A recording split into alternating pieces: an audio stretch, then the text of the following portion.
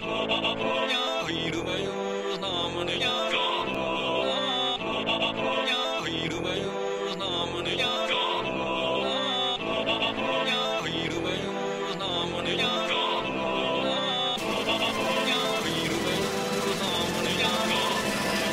buenos días, iniciamos con nuestra primera semana aquí en Animation Bump.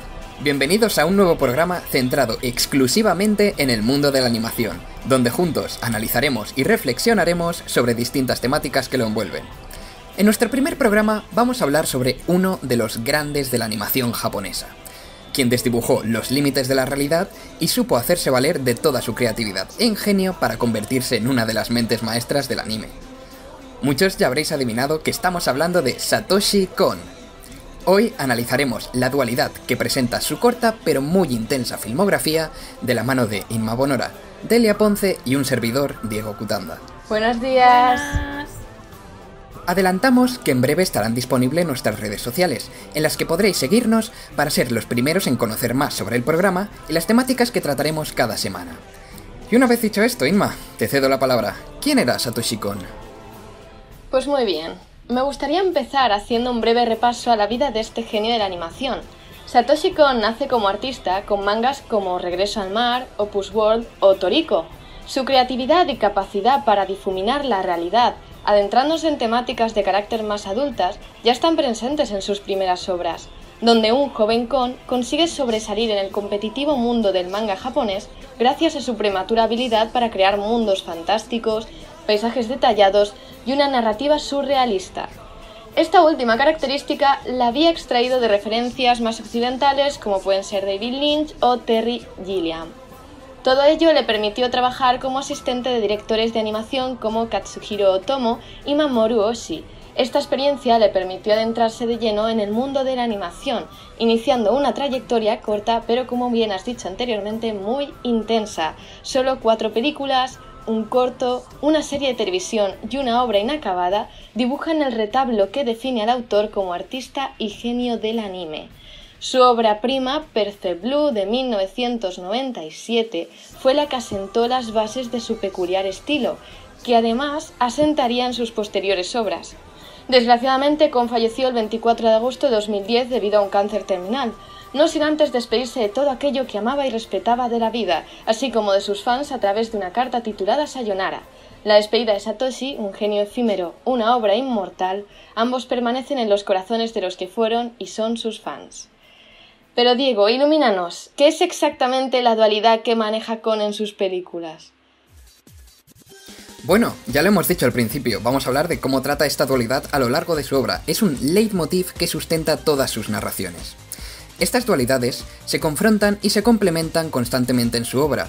El propio Satoshi Kon bromea sobre cómo está construido en base a 2 personalidades, Rufián Kon y Satoshi Kon, siendo el primero quien actúa con libertades creativas, mientras que el propio Satoshi Kon establece límites y exigencias, es digamos su parte más madura. La creación de personajes completos en sus películas no solo permitían a Kon identificarse con ellas, sino que también nos lo permite a nosotros como espectadores. Y es que Satoshi Kon construye personajes vulnerables desdibujados en 2 yo que tratan de escapar de ellos mismos, aceptarse o reconciliarse. Y bueno, empezamos con su primera película, Perfect Blue, en 1997, la estrenó con solo 34 añitos. En ella seguimos a Mima Kirigoe, una idol japonesa que abandona su grupo para convertirse en actriz. La dualidad se ve reflejada en esta película en la doble personalidad entre Mima y su alter ego idol, que es la representación que tiene todo el mundo de ella, la única faceta que conocen, digamos que es su imagen pública. Este alter ego se materializa en la película, la persigue y la atormenta, acusándola de haber cambiado, no ser la Mima de antes, no ser la Mima real. Según avanza la película, estos encuentros con la Mima idol van rompiendo el concepto de la realidad de la protagonista y los espectadores, haciendo indistinguible el mundo real del de los sueños y alucinaciones. Además, ya en los años 90, Satoshi Kon pudo predecir el futuro funcionamiento de las redes sociales en nuestra sociedad actual y cómo mostraríamos solo las facetas que nos interesan en ellas, creando una dualidad entre la persona y el avatar. Me alegra mucho que menciones este tema justo ahora, porque Perfect Blue me parece un ejemplo manifiesto para hablar de uno de los leitmotivs más llamativos de la obra de Kon, la conversación con el reflejo. Siempre existe como una especie de rechazo hacia el personaje que reside dentro del espejo. Es una persona que hace sentir al de fuera pues ridículo, incompleto, incluso sucio, como una especie de tortura personal que además no parece sufrir ni padecer. Miman el reflejo salta, casi ingrávida, es como Paprika, si lo recordáis tiene una manera muy peculiar de saltar. La animación es como más fluida e incluso se juega con ángulos picados que, sumados a los propios principios de la animación, que alargan y achatan los cuerpos para que el movimiento sea más realista, parecen como deformar a los personajes y convertirlos en algo irreal, fuera del contexto realista, aún más extraños en ese mundo. Como obra prima, la verdad es que me parece preciosa esta película. Después pasamos a 2001, Millennium Actress. En esta película seguimos a Chiyoko Fujihara, una antigua actriz de cine a la que entrevistan para hacer un documental sobre su vida. En la película se nos cuenta la historia de su vida, la cual ha sido marcada por la búsqueda por toda la nación de su primer amor. Volvemos a ver la dualidad de Perfect Blue, esta vez aplicada a una comedia, o más bien tragicomedia romántica. Esta vez, la clara dualidad es marcada entre el mundo real y el cinematográfico, y el presente y el pasado. Satoshi Kon sigue rompiendo con lo establecido y haciendo dudar al espectador sobre qué es realidad y qué es ficción, mientras vemos a Chiyoko y el equipo del documental fundirse con el relato. Además, toda la película es un gran homenaje al cine japonés, que repasa sus etapas desde el cine de samuráis al kaiju y la ciencia ficción. Delia, háblanos, ¿qué símbolos utilizan en esta película? Diego, te voy a hablar brevemente del tratamiento simbólico del color porque es muy significativo. Y si nos pusiéramos a analizar el arte de esta película en concreto necesitaríamos otro podcast. Mira, podemos hablar de cómo el pasado se representa en blanco y negro para hablar de lo viejo, pero siempre hay elementos rojos. El pañuelo, la cinta del pelo, los guantes, arcos arquitectónicos. Esto llama la atención porque hay un predominio importante del blanco en varias escenas que siempre va acompañado de un elemento rojo, por ejemplo, la nieve y las gotas de sangre que caen, o la anciana que la maldice y la rueca que lleva consigo. Quizá es una alusión a los colores de la bandera de Japón, ya que se habla tanto del nacionalismo. También el rojo puede ser un símbolo de la pasión con la que la protagonista vive su vida, siempre persiguiendo al hombre que le ha robado el corazón. No lo espera, sino que va tras él.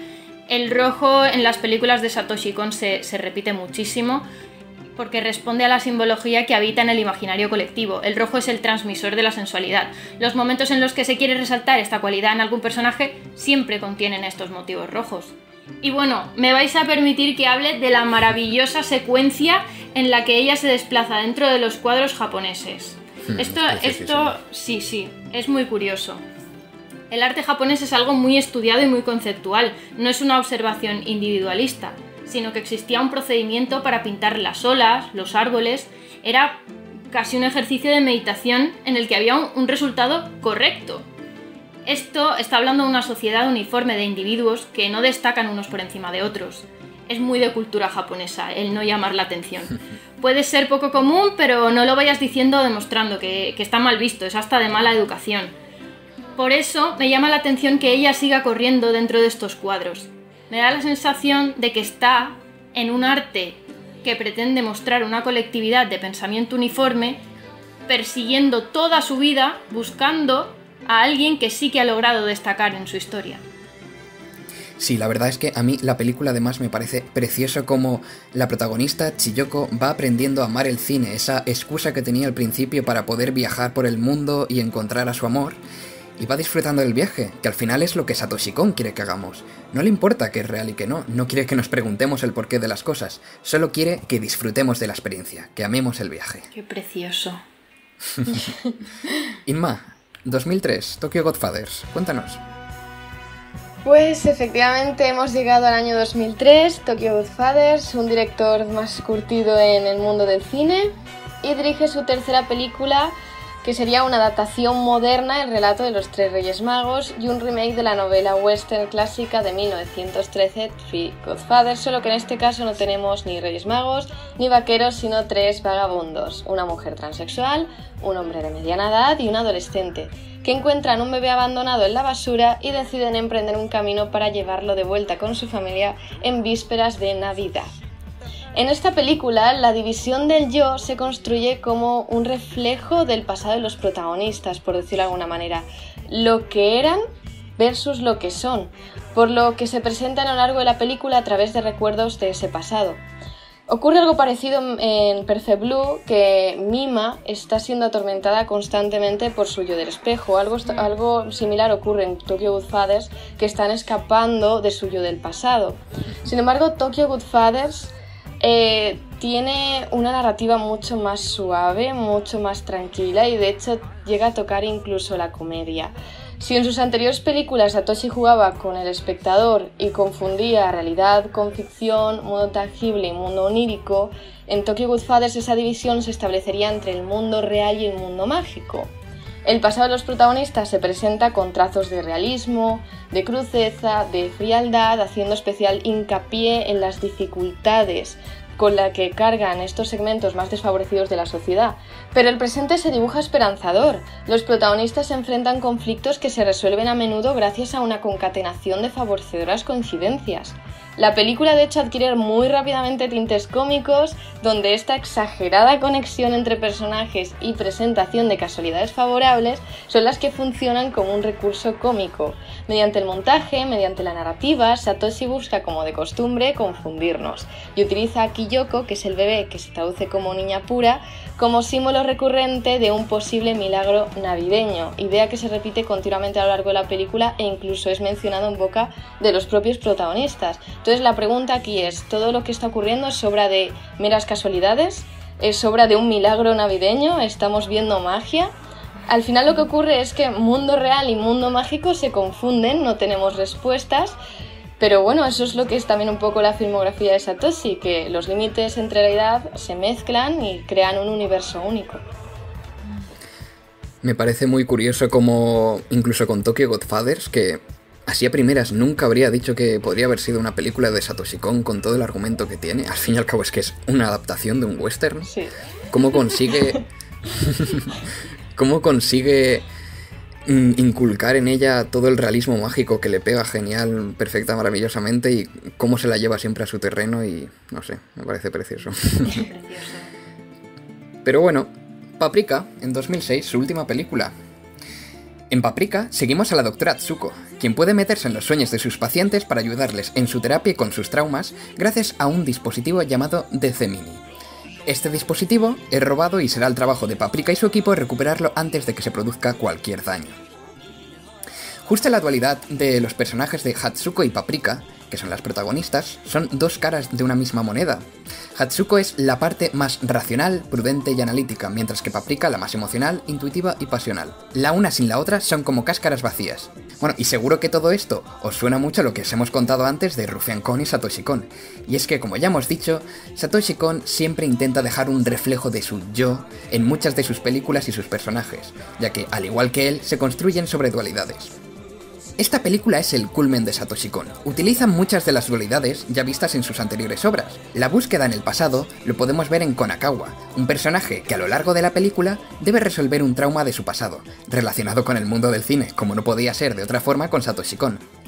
La doble personalidad se ve reflejada entre Atsuko y Paprika, como ya hemos mencionado, quienes deben aprender a trabajar juntas, ya que en esta película no son enemigas, al contrario de Perfect Blue, Paranoia Agent y demás casos en su filmografía.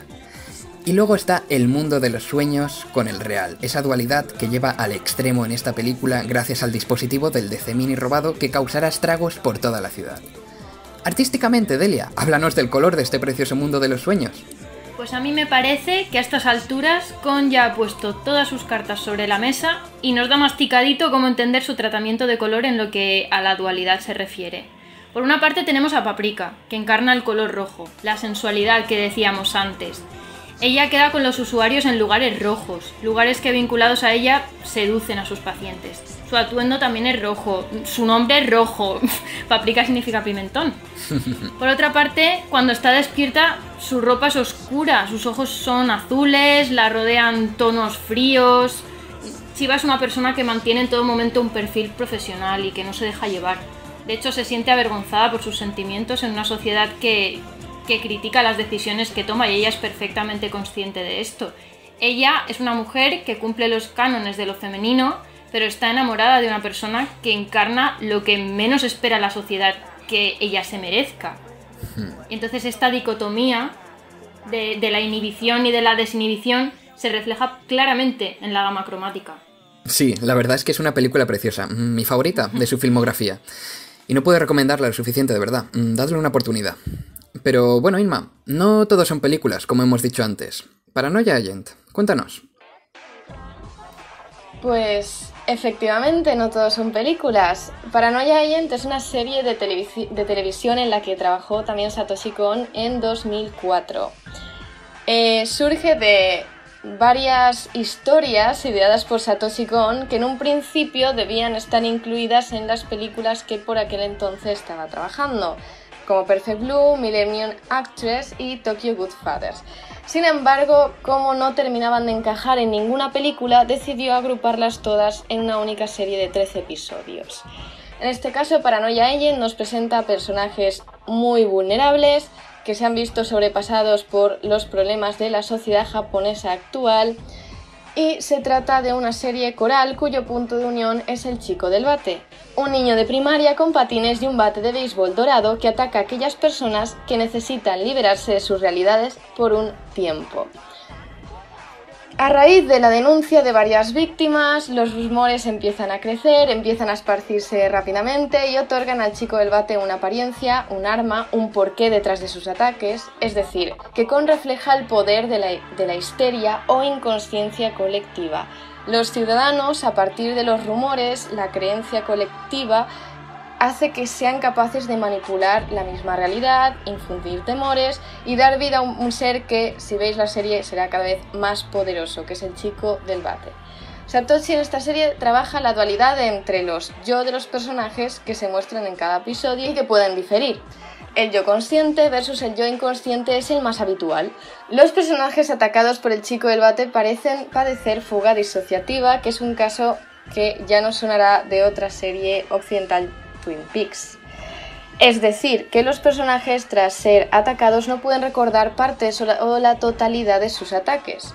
Sin embargo, Kon deja entrever a través de la narración que el chico del bate tal vez no exista y que es el yo consciente de cada persona quien deliberadamente se ataca a sí misma para librar al yo consciente del peso y estrés que está sufriendo, dando como resultado que todas las víctimas del chico del bate puedan sentirse aliviadas tras sufrir un ataque. Como en toda su filmografía, Kon juega con esta dualidad, confunde al espectador dando vida a rumores infundados y materializándolos en el mundo real, y de nuevo nos hace dudar. ¿El chico del bate existe? ¿Es un ente que obtiene vida y nace del inconsciente colectivo? ¿O nunca ha existido? Tendréis que ver la serie. Yo descubrí Paranoia Agent hace poco, la verdad, y me parece una serie maravillosa. Me encanta cómo trata todo el tema de la paranoia colectiva y demás. Además, ya sabéis que yo con Twin Peaks ya podría hacer 20 podcasts si hiciera falta, pero bueno, como es de animación ya en otro programa, tal vez. Bueno, y aparte de estas películas y series, tenemos Ohio, que significa buenos días, un corto realizado para la televisión japonesa, que fue una de las últimas obras que dejara Kon antes de fallecer, en 2010. Se trata de un corto de tan solo 1 minuto de duración, pero ya es tiempo suficiente para dejar retratada su esencia y esta dualidad que marcó toda su obra una última vez. Nos cuenta el simple ritual matutino de una chica después de una noche de fiesta, pero como siempre transforma lo común en fantasía, ya que así es como Satoshi Kon percibe la realidad. Básicamente, con este corto consigue representar a la perfección la expresión "yo por las mañanas, hasta que no me ducho, no soy persona". Muy de acuerdo contigo, Diego. Aunque bueno, a mí eso no me pasa. Yo me levanto con el alma totalmente metida dentro del cuerpo siempre. Pues a mí una de las cosas que más me gustan de la filmografía de este autor es que no importa lo oscura que sea la película, que contenga traumas del pasado, violaciones, infantilizaciones, violencia, consecuencias tecnológicas devastadoras. Aunque sea oscurísima, siempre termina bien. Por ejemplo, en el caso de Paprika, en el que la dualidad es esa de los sueños vigilia, inhibición, desinhibición, todo esto. La conclusión se da cuando Chiba acepta lo que siente y cuando el detective acepta lo que ha hecho y deja de bloquearlo en el inconsciente. O en el caso de Perfect Blue, en el que la dualidad es el pasado-presente. A mí me gusta pensar que la lucha que Mima tiene contra su reflejo va más allá de haber dejado algo que le gustaba o de estar aceptando salir desnuda en las revistas. Para mí lo que está haciendo es luchar contra contra darse cuenta de golpe de que hace mucho tiempo que dejó de ser una niña, que se la ha estado manipulando desde el principio, vamos, desde que era una idol. Lucha contra la versión de sí misma que aún no se ha dado cuenta de que siempre se ha decidido por ella y en lugar de considerar que antes era una ilusa, prefiere insultar a su yo del presente. Y es que el hacerse adulto es un poco así, ¿no? Es culparte a ti mismo de haberte convertido en un ser oscuro. Pues la liberación, sí. Y es que la liberación, pues, viene de la aceptación de lo que ha cambiado y de que ya no es la persona que era antes. El caso de Millennium Actress es un poco diferente. En este caso la liberación no viene tras una lucha. La dualidad que existe aquí es entre la realidad y la ficción. Son esas películas que se graban mezcladas con la vida de la protagonista. Como si a través de la ficción pues, se pudiera ir explorando la realidad. Los personajes siempre nos ayudan a identificar emociones u opiniones dentro de nosotros. Por eso amamos la ficción. Y bueno, en este caso son los hombres que graban el documental los que hacen de reflejo con el que ella se comunica y los que le dan la llave para que resuelva su conflicto, que es que ella nunca ha cumplido lo que deseaba, pero ha sido feliz porque ha vivido la vida con ilusión. Todos estos personajes se han liberado de la lucha con su dualidad y han podido irse en paz.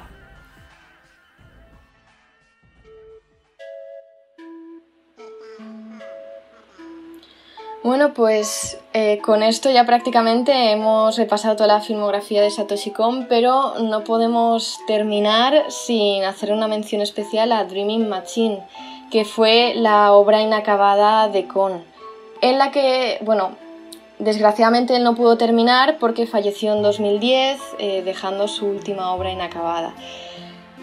Esta obra la estuvo realizando mientras estaba a su vez trabajando con Paprika. De hecho, al final de la propia película de Paprika, Satoshi hace un guiño a la que sería su próxima obra.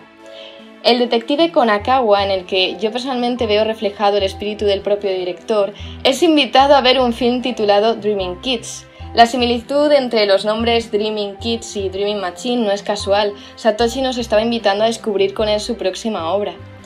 Estas similitudes entre Satoshi y Konakawa para mí no terminan aquí. A mí me parece curioso, casi poético, cómo en Paprika Kon nos lleva a través de los sueños usando a Konakawa como vehículo. El detective se reencuentra con el cine, revive su paso por él y consigue superar su pasado poniéndole punto y final a la obra que jamás pudo terminar tiempo atrás con su amigo de la infancia. De igual manera, Kon, al no poder terminar la película que tenía inacabada, se despidió repentinamente. Nos dio a los espectadores una conclusión de su obra que no estaba planeada y sin embargo fue totalmente coherente al ocupar ese mundo onírico y dual del que llevaba hablando toda su vida.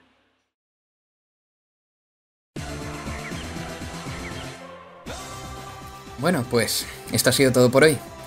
Esperemos que hayáis disfrutado de nuestro primer programa y que os hayamos animado a descubrir o revisitar la intensa obra de este maravilloso cineasta que fue Satoshi Kon. Os esperamos aquí la semana que viene en Animation Bomb. Adiós. ¡Chao!